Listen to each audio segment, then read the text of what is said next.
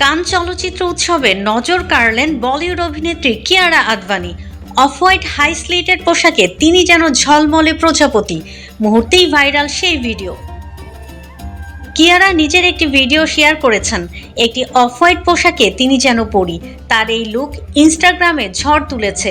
Deep neckline ও high slitted গাউনের সঙ্গে কিয়ারা পরেছিলেন ম্যাচিং কানের দুল এবং হাই হিল।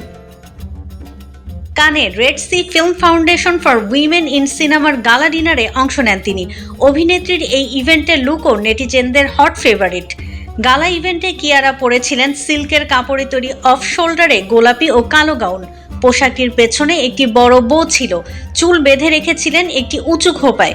গলায় হীরা ও অন্যান্য দামি পাথর বসানো নেকলেস, সঙ্গে কালো লেসের গ্লাভস।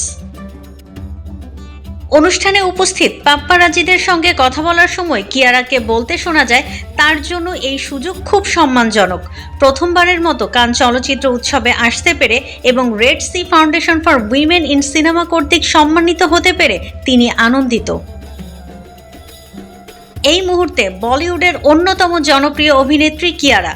তিনি গত কয়েক বছরে বেশ কয়েকটি হিট ছবি দিয়েছেন। আগামী দিনে তাকে দেখা যাবে রাজনৈতিক অ্যাকশন থ্রিলারে, যেখানে দক্ষিণী সুপারস্টার রামচরণের সঙ্গে জুটি বাঁধবেন তিনি। জুনিয়র এনটিআর এবং ঋত্বিক রোশনের সঙ্গেও তাকে দেখা যাবে ওয়ার 2-তে। রণবীর সিং এর ডন 3 ছবিতেও থাকছেন কিয়ারা।